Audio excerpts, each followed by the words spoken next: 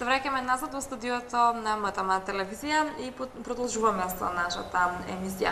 Веќе е време да го представам и мојот втор денешен гостин, односно повторно се работи за гостинка. Со мене денеска е Клементина Илиевски, уредник на списанието Лице в лице, а и координатор на регионалната платформа за активизам Лице в лице за Македонија. Здраво, Клементина, и добро ни дојде во студиото. Добре ве најдов. Како и секогаш, така и овој пат си добре дојдена во нашето студио и наш драг гостин, секако затоа што имаме интересен повод за гостувањето, интересна тема за разговор. Станува збор за списанието Лице в лице, кое што веќе им е, верувам, добро познато на нашите гледачи, верувам дека и го имаат во своите домови, дека веќе го купиле. Излезе и 6-тиот број на списанието. Како оди популарноста со ова списание? 6-тиот број на списанието излезе пред околу 1 месец. Промоцијата беше во рамките на Струшките вечери на поезијата. И имавме една малку понеобична промоција заедно со Сдруженијето Инка, тоа е Сдружение за културен активизам, кое што функционира на територијата на Струга. Подготвивме еден уличен перформанс, а целта ни беше да ја доближиме поезијата до пошироката популација. Во суштина, Струга нели е град на поезијата и сметавме дека таа не стигнува доволно до целата популација, до сите луѓе. Затоа се обидовме преку перформансот што го изведовме среде Струшката чаршија, да ја доближиме поезијата до стружани, заради тоа што нашиот впечаток е дека стружани навистина ја сакаат поезијата. Меѓутоа некако како таа да се оддалечува од нив. Веројатно не ги избираме соодветните модели за таа да биде дел од нивното живење. И навистина имаше одличен одзив, Струшката чаршија беше полна, се рецитираше, се изведуваше песната Копачите на Кочо Рацин и тоа не беше случаен избор. Многу ни беше важно да ја промовираме таа ангажирана поезија. Во суштина, која ќе размислиме подобро, она што го пеел Рацин пред толку години, истото тоа може да се адаптира и на денешно време. Има истата силина, истиот жар. И беше навистина едно пријатно доживување и свативме дека луѓето имаат потреба од уметност, меѓутоа не ги бираме вистинските начини за да ја доближиме таа уметност до нив. А од друга страна, многу ни беше важно во самиот перформанс да вклучиме и лица кои што можеби никогаш немале шанса да учествуваат во едно такво случување. И успеавме да вклучиме во она што го произведе Инка, лице со посебни потреби, ангажирано преку порака нова од Струга, кој што е и продавач на Лице в лице. И мислам дека таа една група продавачи која што функционира во Струга, со силна поддршка и на порака нова и на Црвениот крст на град Струга, и со поддршка на СОР Оптимисто, едно здружение кое што неодамна почна да функционира, направи таков пробив и толку убаво се приближи до граѓаните што приказната многу убаво се развива во овој град. Би биле пресретни која би можеле во секој град да направиме едно вакво јадро на поддржувачи кои што ќе сватат идејата. Најважно е тоа, значи луѓето што ќе се соберат околу самата идеја, да го разберат тоа, цврсто да веруваат, заради тоа што во суштина промените почнуваат од самите нас, која ние ќе поверуваме дека на тој еден поединец му е важно да се вклопи во средината преку начини кои што постојат најразлични начини. Еве еден од начините е преку вклучување во тој перформанс или продажбата на списанието, која што му овозможува секојдневен контакт со луѓето во Струга. Ако дотогаш лицата со посебни потреби живееле поизолирано или можеби на родителите им било срам што имаат такво дете, сега мислам дека работите почнуваат полека да се менуваат. Не само поради ова ние што го правиме, постојат организации кои што сериозно работат на ова поле. Би ги нагласила пораки постојат низ цела Македонија. И она што го видов како работа, значи порака нова во Струга, порака од Неготино, Скопската порака, значи тие стигнале до едно ниво, прво значи ги пресели, ги деинституционализирале, ги сместиле во куќи, за кои и во самите куќи има ангажирано поединци кои што се грижат за тие лица. Значи полека се осамостојуваат, а од друга страна имаат добри навики, се вклучени во многу работилници, а во исто време самата група која што работи со нив е свесна дека стигнале до едно ниво и сега е потребно нешто повеќе. Значи порака Неготино ги ангажирала претходно во собирање пластични шишиња и веќе граѓаните на Неготино ја знаат таа група поради таа претходна активност преку собирањето шишиња, веќе им ги оставаат пред своите домови таа кеса со пластика и сега се вклучени во уште една акција, продажба на лице в лице и која што има возможува економски и социјално во исто време да зајакнува. Така, претпоставам дека ваквите акции, вклученост во социјалниот живот на никој начин не се и добар мотив за нив да се вклучат во се она што го прават сите нивни врсници, сите останати луѓе, да покажат дека и покрај нивната попреченост нели можат на никој начин да бидат како и сите останати. Тие се исти како нас, само во суштина треба да им се најде соодветната работа, она што навистина можат и умеат да го прават. Еве, јас сум сведок на она што сум го видела, тие изработуваат одлични честитки, изработуваат различни украсни предмети, совршено изгледаат тие предмети, значи тие изработуваат облека, марами и тоа навистина преубаво изгледа. Само ми се чини дека им фали само уште моментот пласман. Некои одлично се покажа и во самата продажба. Она што ние правиме едукативни програми со помош на кои ќе ги подобриме нивните продажни и комуникацијски вештини. Еве веќе сме во преговори со Евана во иднина и нивни тим на обучувачи да се вклучи во обуката на продавачите на лице в лице, а веројатно во делот на финансиска писменост, зашто веќе го имаме оној проблем, веќе заработуваме, меѓутоа како да си го организираме буџетот до кој што сме стигнале и ни се неопходни обуки за финансиска писменост и исто сме во преговори со една банка за нивно вклучување во таквите обуки. Така, еве го списанието, еве го на ова 6-тиот број на списанието, кој што, како што и самите напоминавте, излезе пред околу месец и половина. Би сакала да ве запрашам, споминавте дека во Струга се промовираше, дали освен во Скопје, ова списание може да се најде и во останатите градови низ Македонија? За сега може да се најде во Скопје, во Струга и во Неготино.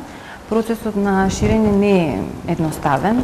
Тоа подразбира да се најде, како што напоменав пред малку, организација која што цврсто ќе верува во мисијата на лице в лице и сериозно ќе се ангажира во работата со продавачите, со наша помош се разбира.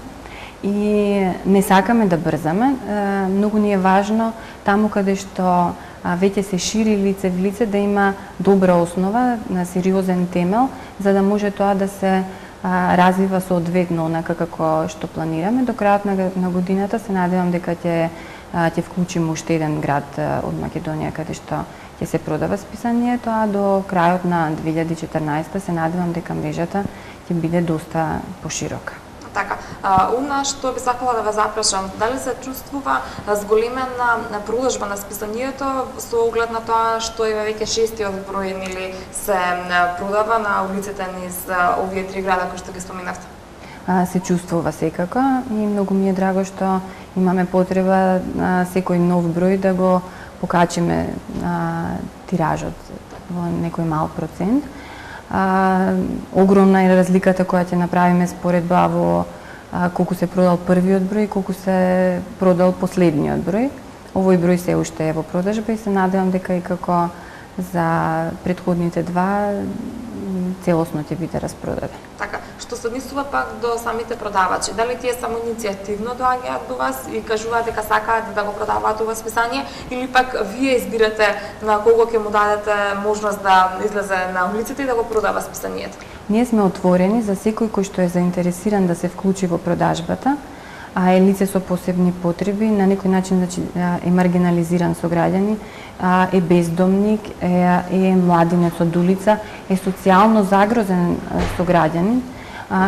Ние значи во блиска иднина се надеваме дека ќе имаме и свој пункт, каде што ќе може самите продавачи да си го подигнуваат списанието. Ова ќе го реализираме, се надеваме во блиска иднина во соработка со општина Центар. Во суштина пунктови постојат насекаде во светот каде што постојат улични списанија. Тоа им овозможува поедноставно на продавачите да стигнат до новиот број на списанието. Во суштина тие го откупуваат бројот по половина цена од продажната и го продаваат, значи кај нас во случајот за 50 денари го откупуваат, а за 100 денари го продаваат. Имав можност да видам како функционира ова во Германија. Те имаат 2 пункта, имаат еден сериозно развиен модел, огромен број на продавачи и се надевам дека имаме можност да го имплементираме овој модел и кај нас, заради тоа што тие се единствените во светот кои што ги вработуваат продавачите на уличните списанија. Меѓутоа, вработувањето не оди преку самото списание, туку преку личности и компании, тие ги викаат Godfathers, кои што им го плаќаат пензиското и социјалното осигурување на самите продавачи. Значи, уште еднаш ќе нагласам, ги повикуваме сите оние социјално загрозени граѓани исто така, кои што имаат потреба од дополнителен приход, да се јават на нашиот телефон 2466 444. Ќе се видат со нашите социјални работници, кои што ги обезбедуваме во соработка со Црвениот крст на град Скопје и би ги вклучиле значи во едукативната програма и би ги вклучиле во продажбата на списанието. Во суштина и во светот овој магазин е претежно направен за бездомните лица и за социјалните случаи. Меѓутоа кај нас има сериозен проблем во однос на третманот на лицата со посебни потреби и заради тоа сакавме и тие да бидат вклучени во оваа програма и се гледа дека неопходно им било вакво нешто заради тоа што секојдневно имаат можност да комуницираат со нашите сограѓани, да се дружат со нив, да одат редовно во компании каде што исто така им приредуваат изненадувања, дружења со вработените и мислам дека направивме добар чекор што ја вклучивме и оваа категорија во продажбата на списанието. Така, вие донесовте со вас и видеоматеријал кој што од Грижија ни кажуваат дека е подготвен и дека во овој момент може да го погледнеме. Предлагам да погледнеме зашто станува збор, па се враќаме назад во студиото. Јас кој ќе излезам за да продавам лице в лице и излегувам со волја. Некој ќе ме праша чому ми е ова списание. И викам, ова списание се вика Лице во лице, го продава лице со посебни потреби, цената сини 100 денари, кој половина за мене, половина за посетење. Во ова списание си прикажува за здрава животна средина, здрава храна, уметно спорт и образование. Се надевам се разбравме. Шестиот број на Лице в лице е во продажба. Дај ми 5.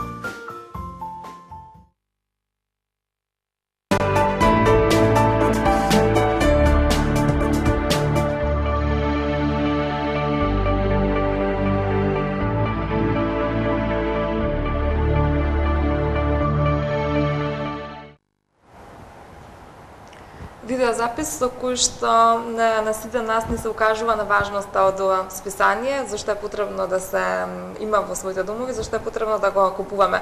Дали се свесни луѓето кога ќе ги сретнат продавачите на улица дека прават едно големо добро дело кога ќе го купат ова списание? Мислам дека расте број важен овој производ.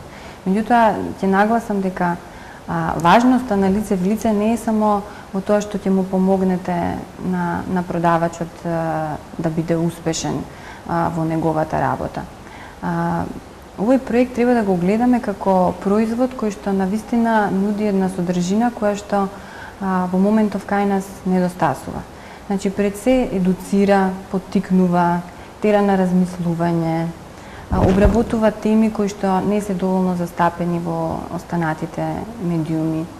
И мој впечаток е, барем во однос на комуникацијата со луѓето кои што имам можност да ги среќавам, дека ова се содржини со кои што со задоволство ги читаат. И можеби ако го купуваме списанието од сожалување, ќе го купите еднаш или два пати.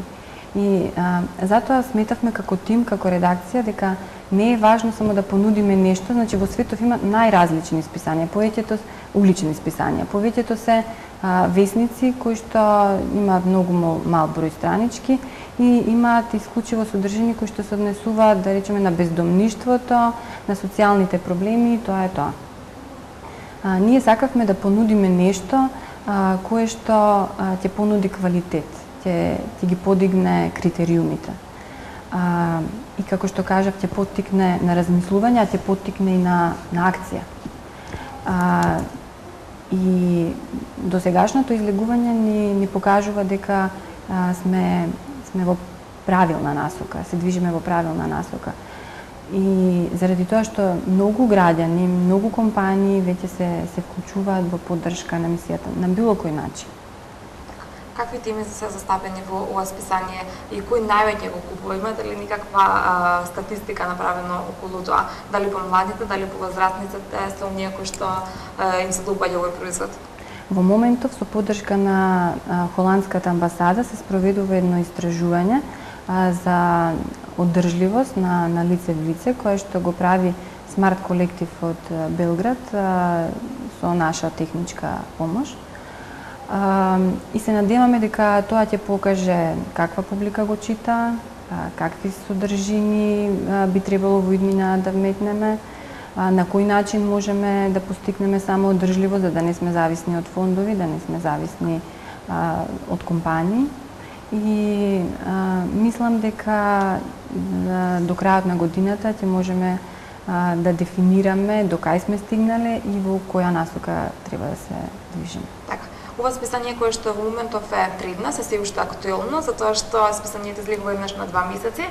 Многу наскоро ќе се случи промоцијата на 7-миот број. За кога е закажана? Имате ли нешто посебно планирано околу промоцијата на 7-миот број на лице в лице?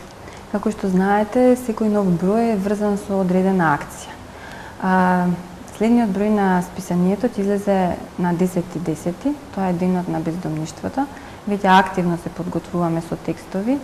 Акцијата е замислена на следниот начин, значи повикавме уметници од Македонија кои што ќе поминат еден ден со бездомник и веќе значи се дружат дел од нашите уметници со бездомниците и врз основа на тоа како го поминале денот се инспирираат од самото тоа дружење и креираат дела кои што ќе бидат презентирани во новиот број на списанието, а ќе бидат презентирани и на промотивниот настан, кој што ќе се случи некаде на отворено, некаде на место каде што живеат бездомниците, да го почувствуваме нивниот живот, зашто во суштина како што нагласија нашите колеги од Србија, секој може да стане бездомник и од овие приказни кои што имав можност сега да ги прочитам, а да им се случувале на граѓани кои што живеат во Скопје, значи дел од нив се граѓани кои што имале многу лагоден живот, имале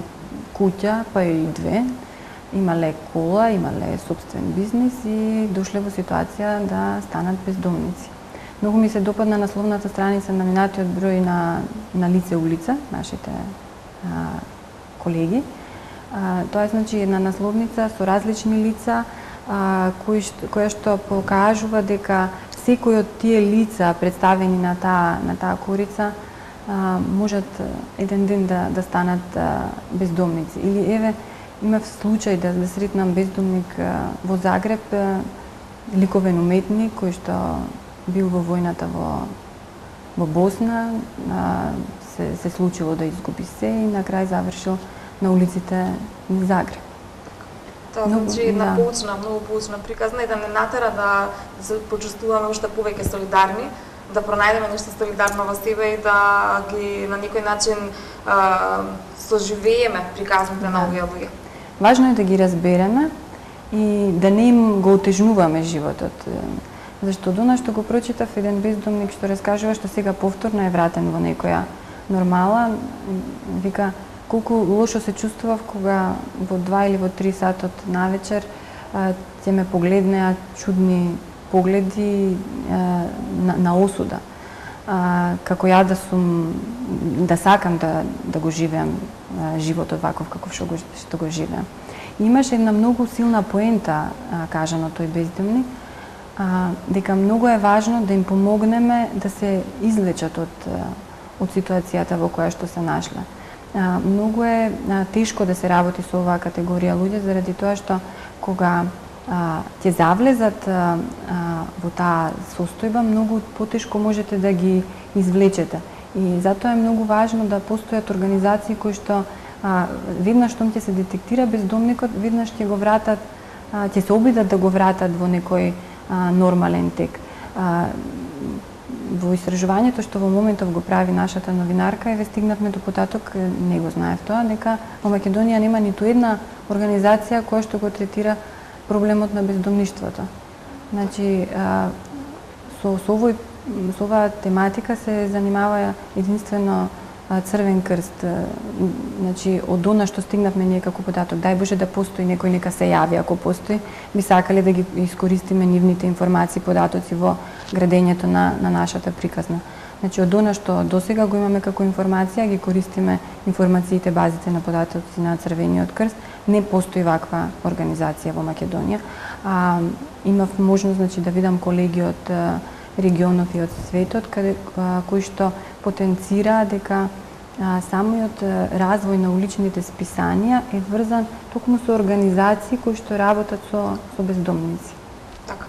Оно што никаде пред крајот на разговорот јас би сакала да го нагласам е сите да бидат подготвени за новиот број на лице в лице, во меѓувреме нека го набават и овој број кој што е во моментов присутен на скопските улици, како улично списание, нели има интересни теми кои што секако би ни заинтересирале и би ги прочитале на било кое друго место, во било кое друго списание, а собувајќи го ова списание правиме и едно добро дело, нешто што навистина не треба да го заборавиме и не треба да го занемариме.